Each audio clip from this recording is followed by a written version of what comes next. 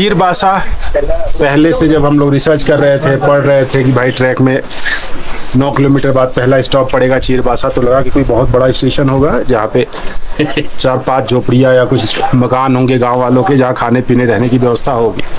लेकिन यहाँ आने के बाद पता चला भाई यहाँ पे कुछ है नहीं।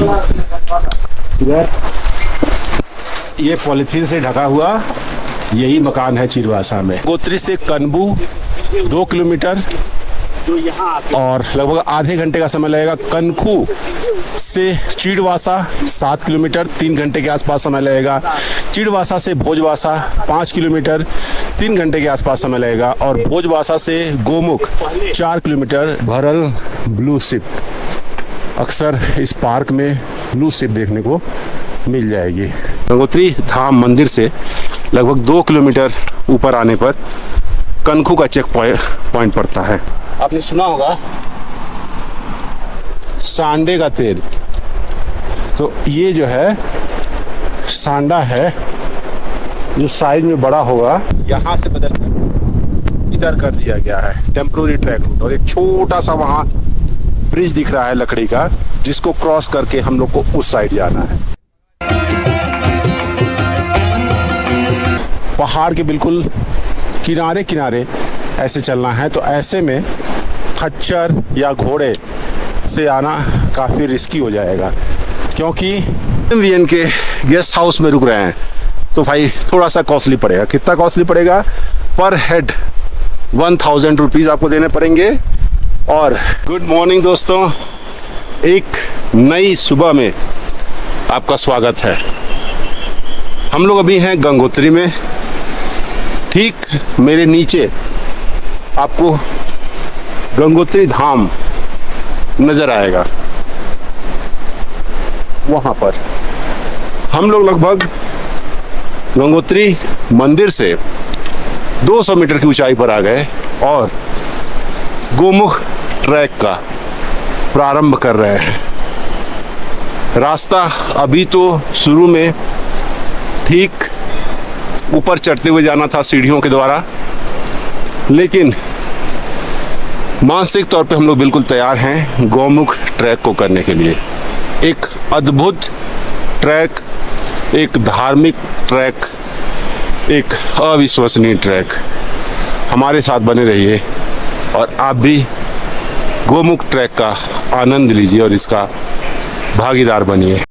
दोस्तों, जब आप गंगोत्री धाम मंदिर पर आते हैं तो मंदिर के ठीक सामने अखंड धुनी है।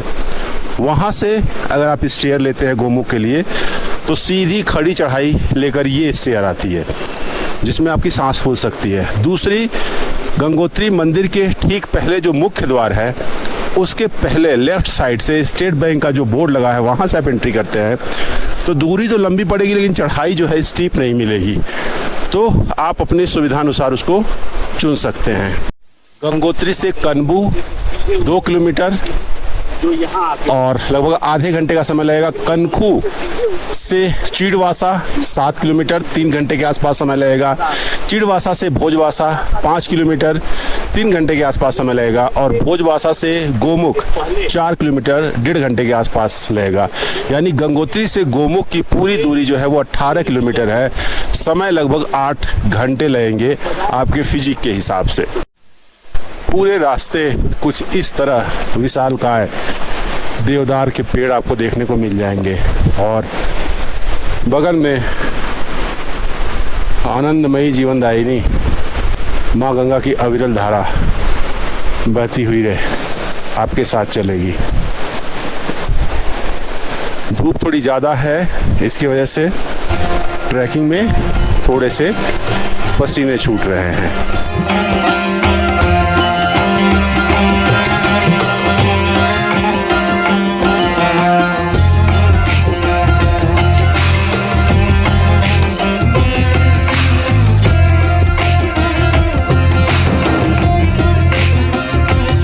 ऐसे ही हम लोग आगे बढ़ते हैं, अद्भुत नज़ारे दिखने शुरू हो जाते हैं।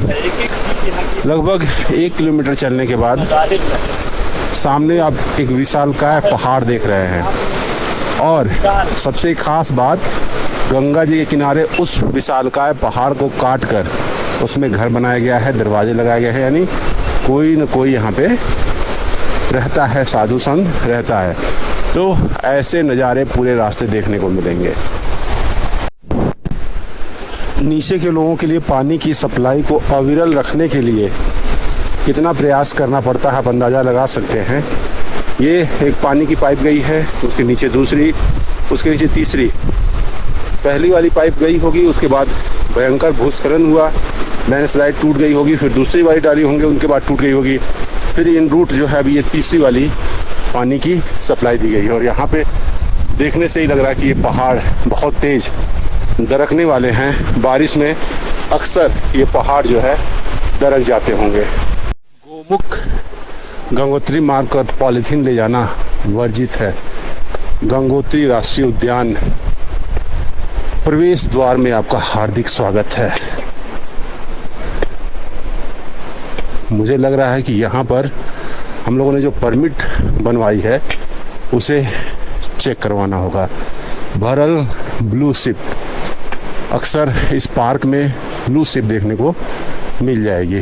गंगोत्री धाम मंदिर से लगभग 2 किलोमीटर ऊपर आने पर कनखू का चेक पॉइंट पड़ता है, जहाँ पर जो आप गोमुख के लिए या तपोवन के लिए जो आपने परमिट बनवाया है वो परमिट चेक होगा। आप अपने सामान में अगर कोई प्लास्टिक का डिस्पोजल ले जा रहे हैं तो वो नोट होगा और उसके लिए कुछ बेसिक आपको डिपॉजिट करना पड़ेगा। और जब उस प्लास्टिक के डिस्पोजल को आप रिटर्न में लौटा देंगे तो वो डिपॉजिट आपका वापस हो जाएगा। जैसे हम लोग 2 प्लास्टिक का बॉटल लिए थे, हमारे मित्र हरिन जी 2 बॉटल लिए थे, तो ऐसे में हम लोग को 500 रुपये डिपॉजिट करना पड़ा। जब हम लोग वो बॉटल यहाँ पर वापस आते समय दिखाएंगे तो वो 500 रुपये हम लोग को रिटर्न हो जाएंगे। दूसरा, 2 दिन का अगर आप गोमुख के लिए परमिट आपने लिया है और 2 दिन का वो परमिट बनता है। अगर आपका डे एक्सटेंड होता है किसी भी वजह से तो पर पर्सन पर डे जो है 200 आपको एक्स्ट्रा कॉस्ट देने पड़ेंगे रिटर्न आने के समय। तीसरी बात, ये जो नेशनल पार्क है Gangotri national park, conserve area है, ब्लू शिप बहुत सारा मिलती हैं और ये इंडिया का 3rd लार्जेस्ट नेशनल पार्क है। 4th कनखू के बाद आपको मोबाइल में नेटवर्क नहीं मिलेगा, तो अपने लोगों से यहीं से आप कनेक्ट हो जाइए, बात कर लीजिए और अपना जो आपका आइटिनरी है उस हिसाब से उन्हें बता दीजिए कि आप इतने दिन नेटवर्क में नहीं रहेंगे, 2 दिन 3 दिन, या तपोवन जा रहे हैं तो 4 दिन, जो भी आइटिनरी हो आपकी। चौथी बात, 5वीं बात, अगर आप कैमरा ले जा रहे हैं तो पर कैमरा आपको 500 रुपीज़ देने होंगे। उसका रिसिप्ट आपको लेना पड़ेगा, क्योंकि जगह जगह पे आपको फॉरेस्ट डिपार्टमेंट का चेक पॉइंट होगा, जहाँ पे आपको चेकिंग के दौरान भारी पेनाल्टी देनी पड़ सकती है। लगेज भोजबासा ले जा रहे हो? कितना टाइम लगता है गंगोत्री से भोजबासा जाने में आपको? मेरे को ऐसे लगेगा 5-6 घंटे लगेगा। 5-6 घंटे लगेगा? 5, 6, 7, 8 देख के रहता है ना चलने के हिसाब से, जैसा वजन है उस हिसाब से। हाँ, हम लोग को तो 8 घंटे लग जाएंगे। लग सकते हैं। हाँ। अच्छा, इसमें खच्चर नहीं चलते हैं क्या? इसमें चलते हैं सर। चलते हैं, नहीं दिख नहीं रहा है, एक भी नहीं दिखा सर। ऐसे स्टेशन में बोलना पड़ता है ना, स्टेशन पे, तो स्टेशन काउंटर पे ही बोलना पड़ता है। ओके, बहुत मेहनत करते हो यार। जैसे जैसे हम लोग आगे बढ़ते गए रोड थोड़ा सा सकरा होता गया और बर्फ से ढकी पहाड़ी दिखने लगी और आवाज़ केवल एक ही सुनाई दे रही है, वो है माँ गंगा की धारा की।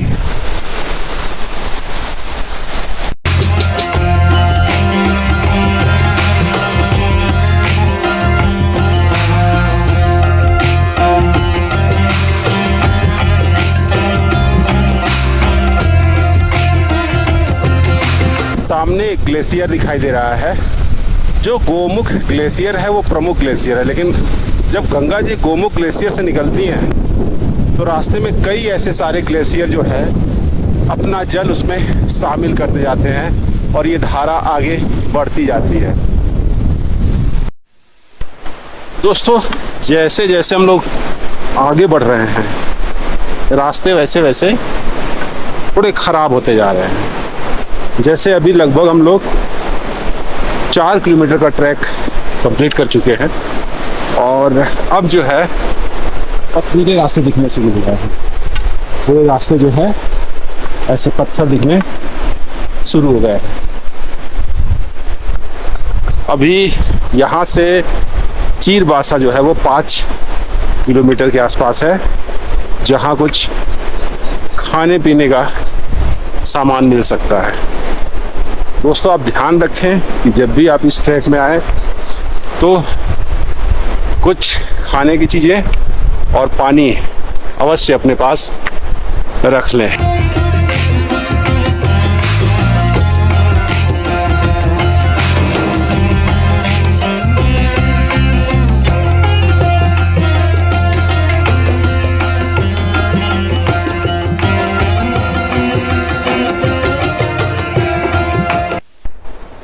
ये आप देख रहे हैं दोस्तों, छिपकली बिल्कुल ब्लैक कलर की। एक्चुअली ये छिपकली नहीं है, आपने सुना होगा सांडे का तेल, तो ये जो है सांडा है। जो साइज में बड़ा होगा तो आप आसानी से समझ पाएंगे। हम लोग लगभग 4.5 से 5 किलोमीटर ट्रैक करने के बाद देवगाड़ आ गए हैं और यहाँ पर देवगाड़ में आप देख रहे होंगे ये वाला जो रास्ता है, हम लोग इधर से आए हैं और ये वास्तविक ट्रैक था जिससे लोग जाते थे चीरबासा, भोजबासा, गोमुख तपोवन के लिए। लेकिन भारी भूस्खलन के बाद हालत देखो क्या हो गई है, पूरा का पूरा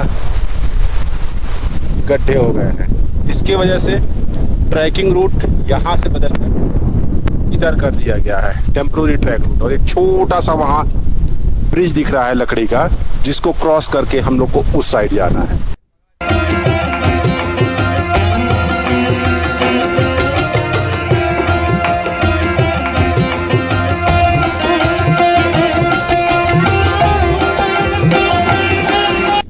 दोस्तों, जो ट्रैकिंग वहाँ से लगभग 200 मीटर की फ्लैट थी, उसके लिए हम लोग को लगभग 300 से 400 मीटर इन बड़े बड़े पत्थरों से होकर आना पड़ा, रिवर बेड से होते हुए। खैर, आगे फिर एक रेस्ट रूम है छोटा सा, और उसके बाद जो ट्रैक का रूट दिख रहा है वो कुछ दूर तक तो सीधा दिख रहा है।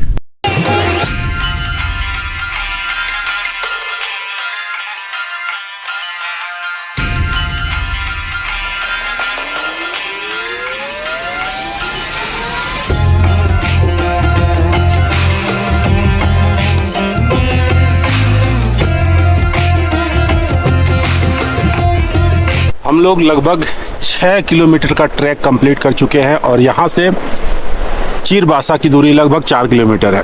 2 से ढाई घंटे लगने चाहिए। और यहाँ से बर्फ़ से ढके पहाड़ दिखने शुरू हो जाते हैं और सबसे ख़ास बात कि भोज वृक्ष भी देखने को मिलने लगता है। वैसे चीरबासा जो है अपने बड़े विशालकाय चीड़ के पेड़ों के कारण फेमस है और भोजबासा अपने भोज के वृक्षों के कारण फेमस है। लेकिन अभी यहाँ से चीरबासा लगभग 4 किलोमीटर दूर है, उसके बावजूद अपने को भोज वृक्ष बहुतायत मात्रा में देखने को मिल जा रहे हैं। और ऊपर बर्फ़ से ढकी हुई पहाड़ की चोटी और उसके ऊपर घने बादल।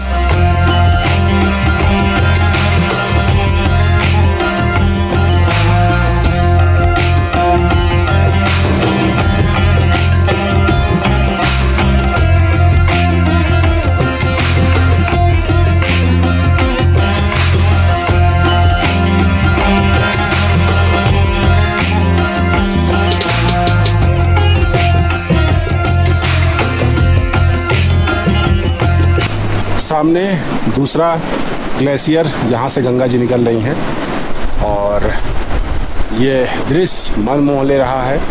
और सामने बर्फ़ से ढकी ऊंची चोटियाँ, धीरे धीरे ट्रैक जो है वो टफ होता जा रहा है, सकरा होता जा रहा है। इसी वजह से यहाँ पे घोड़े खच्चर नॉर्मली देखने को नहीं मिलते हैं। आप स्पेशली बुक करेंगे तो ही आएंगे, लेकिन ट्रैक का रूट जितना पतला है और पहाड़ के बिल्कुल किनारे किनारे ऐसे चलना है, तो ऐसे में खच्चर या घोड़े से आना काफ़ी रिस्की हो जाएगा, क्योंकि घोड़े और खच्चर अगर फिसलेंगे तो कंट्रोल करना जो है काफ़ी टफ होगा। अब ऐसे रास्ते बहुत सारे हैं, तो आप अंदाज़ा लगा सकते हैं कि खच्चरों के लिए ये उपयुक्त नहीं है। ऐसे जगह जगह पे आपको साफ सुथरा जल भी मिल जाएगा, तो अपना पानी का बोतल रिफ़िल करना ना भूलें। और यहाँ का पानी पीने का सौभाग्य सबको नहीं प्राप्त होता है। दोस्तों, लोग गंगा जल जो है मंदिर के लिए लेके जाते हैं, और हम लोग का सौभाग्य है कि हम लोग साफ सुथरा गंगा जल बिल्कुल गौमुख के पास से पी रहे हैं।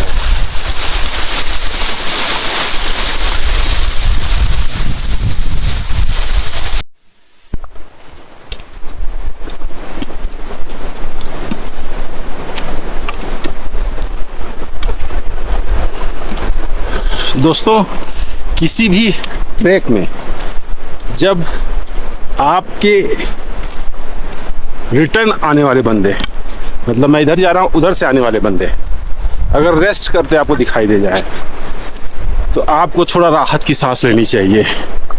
क्यों? बंदे रेस्ट तभी करते हैं जब उनको चढ़ाई करनी पड़ती है। अब उधर से वापस आने वाला बंदा अगर चढ़ाई करके आके रेस्ट कर रहा है, तो जाहिर सी बात है आपको ढलान मिलेगी, और ढलान पे आपकी एनर्जी गेन कर जाती है और आपका स्पीड भी बढ़ जाता है। भाई लोग, शुरू में 2-3 किलोमीटर जो है रास्ता ठीक था, लेकिन उसके बाद रास्ते की हालत आप देख सकते हैं। बड़े बड़े बोल्डर, बहुत सारी रिवर क्रॉसिंग, बहुत सारी खड़ी चढ़ाई। ये है कि थोड़ी थोड़ी दूर पर ढलान है, जिससे आपका जो खड़ी चढ़ाई की एनर्जी है जो ख़त्म हुई है वहाँ पे, वो रीगेन हो जाती है। और अभी देख रहे हो ना, इन रास्तों से हम लोग चल रहे हैं। कैसे रास्ते हैं ये, जबकि अभी हम लोग चीरबासा नहीं पहुँचे हैं। और गजब का सन्नाटा भाई। इस रूट पे ट्रैकर जो होते हैं अपेक्षाकृत कम होते हैं। दोस्तों, लगभग 9 किलोमीटर का ट्रैक हम लोग का हो चुका है, और समय हुए हैं 2:22 पे हम लोग यहाँ पे आ गए थे। थोड़ा रेस्ट कर रहे थे, अभी 10 मिनट और टाइम लगेगा, क्योंकि हम लोग लेमन जिंजर टी मंगवा रहे हैं। चीरबासा, पहले से जब हम लोग रिसर्च कर रहे थे, पढ़ रहे थे कि भाई ट्रैक में 9 किलोमीटर बाद पहला स्टॉप पड़ेगा चीरबासा, तो लगा कि कोई बहुत बड़ा स्टेशन होगा जहाँ पे 4-5 झोपड़ियाँ या कुछ मकान होंगे गांव वालों के, जहाँ खाने पीने रहने की व्यवस्था होगी। लेकिन यहाँ आने के बाद पता चला भाई यहाँ पे कुछ है नहीं। ये पॉलीथीन से ढका हुआ यही मकान है चीरबासा में। अगर आप यही पूरा का पूरा चीरबासा यही है, और सामने एक छोटा सा टेंट है जहाँ थोड़ा सा रेस्ट कर सकते हैं, लेट सकते हैं। इसके अलावा अगर आप जो है यहाँ पे स्टे करना चाहते हैं, भोजबासा जाने का मन नहीं है आपका, थोड़ा और टाइम देना चाहते हैं, तो यहाँ पे रजाइया कंबल है और आप यहाँ पे सो भी सकते हैं। यहाँ से भोजबासा ऑलमोस्ट 5 किलोमीटर है। रोड ऐसे ही है, कहीं चढ़ाई कहीं उतराई ऐसे ही हैं थोड़ा सा, क्योंकि यहाँ तक आने के बाद बंदे थोड़ा थक भी जाते हैं, तो थोड़ा जो 5 किलोमीटर चलने में समय लगेगा तो कुछ ज़्यादा ही लगेगा। जैसे अभी जैसे 2 बजे तक हम लोग यहाँ पे आ गए तो ऑलमोस्ट टोटल देखा जाए तो 5 घंटे में हम लोग 9 किलोमीटर कवर किए, तो आधे घंटे में 1 किलोमीटर के आसपास आया। लेकिन अभी ऐसा नहीं है, अगला जो 5 किलोमीटर है वो ऐसा हम लोग नहीं एक्सपेक्ट कर रहे हैं कि आधे घंटे में 1 किलोमीटर कवर कर लेंगे। 45 मिनट में अगर कवर हो जाए 1 किलोमीटर तो बहुत बेहतर है। खैर यहाँ पे भी लेमन जिंजर टी लेते हैं, थोड़ी सी एनर्जी आएगी और फिर उसके बाद हम लोग भोजवासा के लिए आगे बढ़ते हैं। ये यहाँ पे रुकने की जगह है जहाँ पर अगर आते हैं आप तो रुक सकते हैं। दोस्तों अभी हम लोग चिरबासा से फिर भोजबासा के लिए निकल रहे हैं। ऑलमोस्ट 5 किलोमीटर का ट्रैक है। आप गंगोत्री से चिरबासा तक जब आएंगे तो एक भी पॉइंट ऐसा नहीं मिलेगा जहां आपको कुछ खाने का सामान मिल जाए, तब तक आपकी चाय मिल जाए। चिरबासा का पानी के लिए आपको ग्लेशियर के पानी पे और आगे आपको डिपेंडेंट रहना पड़ेगा। देते हुए भोजन का और आगे बढ़ने के लिए प्रेरित किया जाएगा। हाँ, हरप्रीत जी कुछ खास बताना चाह रहे हैं। कैसा रहा अनुभव आपका अभी तक चिरबासा तक का? चिरबासा का अनुभव बहुत ही शानदार रहा। हाँ, और चिरबासा का नाम इसीलिए रखा गया कि यहाँ आते आते तक आप चिर चुकी होगी आपकी एकदम पूरी अच्छे तरीके से। आप चिरने के बाद आपको तब रियलाइज होगा जब यहाँ पहुंचेंगे, आप सोचेंगे चिरबासा आने वाला, हमें ये मिलेगा खाने को, हमें ये मिलेगा रुकने को। छोड़ो भोजबासा जाएगा कौन, यहीं रुक जाएंगे। लेकिन जब चिरबासा देखते हैं आप तब आपकी चिरती है और आपको पता चलता है ये तो एक तंबू लगा हुआ है और यहाँ खाने के नाम पे मैगी है और 2000 रुपया रुकने के नाम पे एक प्लास्टिक का टेंट है डिकैथलॉन का। तब आपकी 50 की चाय है भाई। चलो थोड़ी सी और चिरवा लेते हैं, अब आगे चलते हैं भोजबासा। भोजबासा का भी नाम इसीलिए भोजबासा पड़ा है क्योंकि वहाँ भोजन उपलब्ध है। वहाँ पे धर्मशाला है और आपको बढ़िया भोजन मिलेगा। वहाँ पे धर्मशाला में 600 रुपये में रुकने को मिलेगा, भोजन मिलेगा। तो हमने बोला चलो यार और चिरवाते हैं, थोड़ा सा और चिरवाते हुए भोजबासा की तरफ प्रस्थान करते हैं।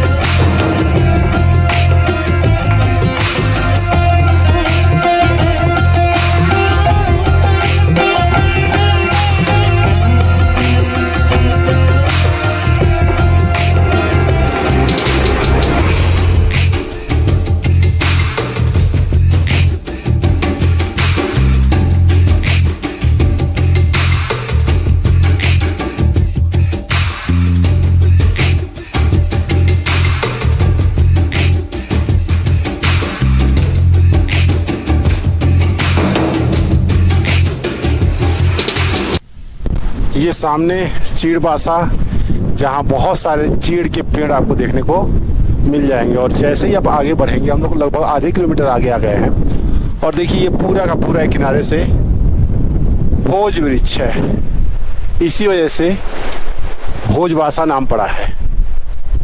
और ट्रैक भाई वैसे ही है, कहीं चढ़ाई, कहीं उतराई, कहीं बोल्डर, लेकिन एक दिन के हिसाब से इस एल्टीट्यूड पे और इस रूट के हिसाब से ट्रैक ज़्यादा ही है यार। एक दिन में ऑलमोस्ट 15 किलोमीटर चलना।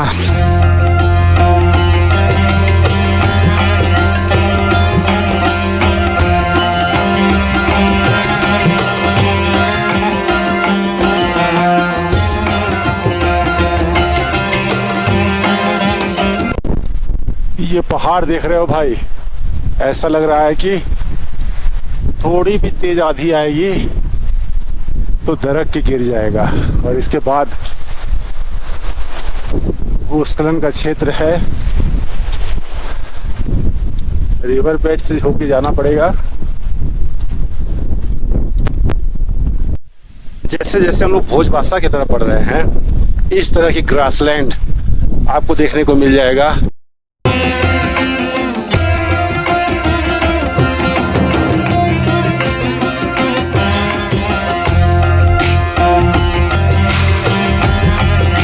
दोस्तों ऑलमोस्ट हम लोग भोजबासा पहुंचने वाले हैं। 600 से 700 मीटर यहाँ से होगा।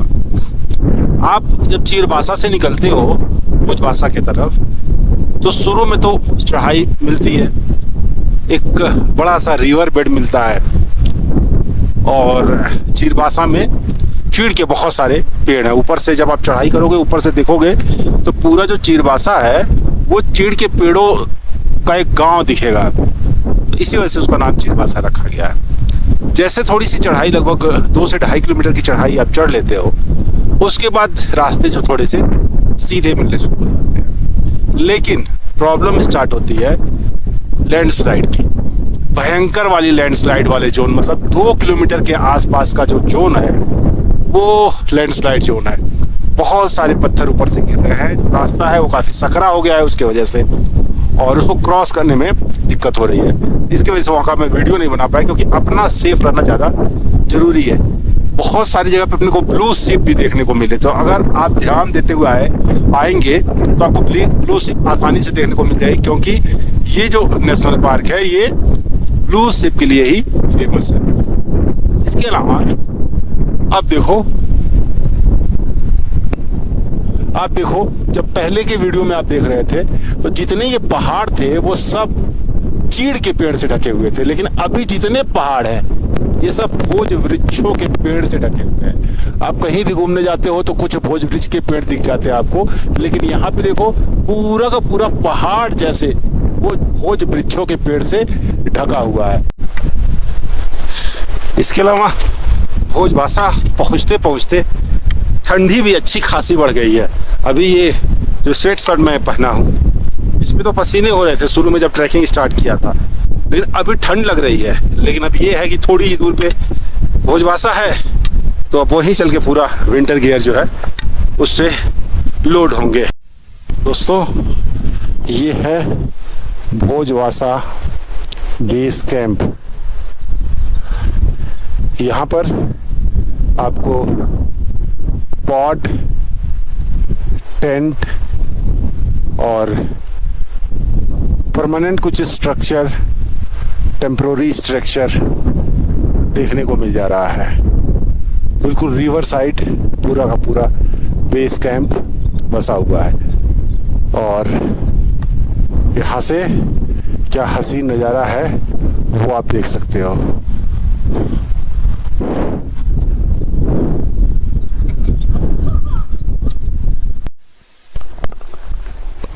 यहाँ एक साधना स्थल लिखा है, अस्तोमा सदमा सदगमया तमसोमा ज्योतिर्गमया। यहाँ आपको स्टे करना है, तो स्टे के लिए 2 तरीका है। या तो यहाँ के आश्रम में आप स्टे करो।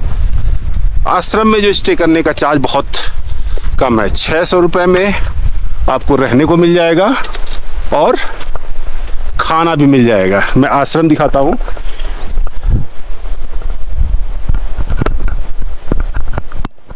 ये सामने जो मंदिर नुमा स्ट्रक्चर दिख रहा है ये एक आश्रम है, और एक ये रेड वाला टेंट के पीछे जो पताका लग रहा है ये एक आश्रम है। दोनों मतलब एक ही हैं, लेकिन 2 अलग अलग जगह हैं। तो वहाँ पे अगर आप रुक रहे हैं तो आपको 600 में खाना के साथ हो जाएगा। लेकिन अगर आप GMVN के गेस्ट हाउस में रुक रहे हैं तो भाई थोड़ा सा कॉस्टली पड़ेगा। कितना कॉस्टली पड़ेगा? पर हेड 1000 रुपीज़ आपको देने पड़ेंगे, और जो आपका डिनर ब्रेकफास्ट ये एक्सक्लूडेड रहेगा, ये आपको अलग से देना पड़ेगा। तो हम लोग सोच रहे हैं कि थोड़ा सा आरामदायक इस ट्रैक को, इस जर्नी को बनाया जाए, तो हम लोग भोजबासा के GMVN के रेस्टोरेंट में या गेस्ट हाउस में रुकने का प्लान बना रहे हैं। भाई लोग शाम के बज गए हैं 6:10 दिखा रहा है इसमें, और हम लोग को यहाँ पे आए लगभग 15 मिनट हो गए, और हम लोग ने GMVN का गेस्ट हाउस में रूम ले लिया।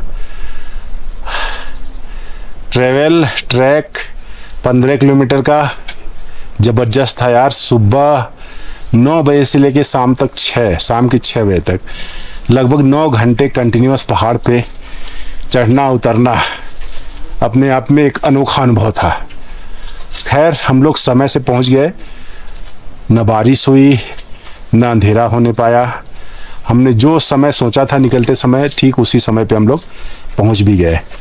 अब देखते हैं भाई यहाँ खाने में क्या मिलने वाला है। फाइनली दोस्तों डिनर हो गया। रात के बज गए हैं 8:30। दाल चावल रोटी सब्जी भरपेट खाने को मिल गया। पर बंदे का जो डिनर का चार्ज था वो 350 रुपीज़। कॉस्टली तो है। सूप का चार्ज 100 रुपीज़, चाय आप पी रहे हैं तो 50 रुपीज़। तो चीज़ें कॉस्टली तो हैं, लेकिन यहाँ पर इस अल्टीट्यूड पे आपको मिल जा रहा है, क्योंकि बंदे जो फूड है वो भी भाई नीचे से ही लाएंगे, रॉ मटेरियल उसका।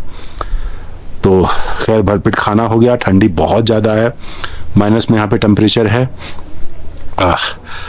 अभी सोते हैं, सुबह मिलते हैं। कल हम लोग गोमुख का ट्रैक करेंगे। आज का वीडियो यहीं रैप करते हैं, मिलते हैं नेक्स्ट वीडियो में। तब तक tata bye bye, see you.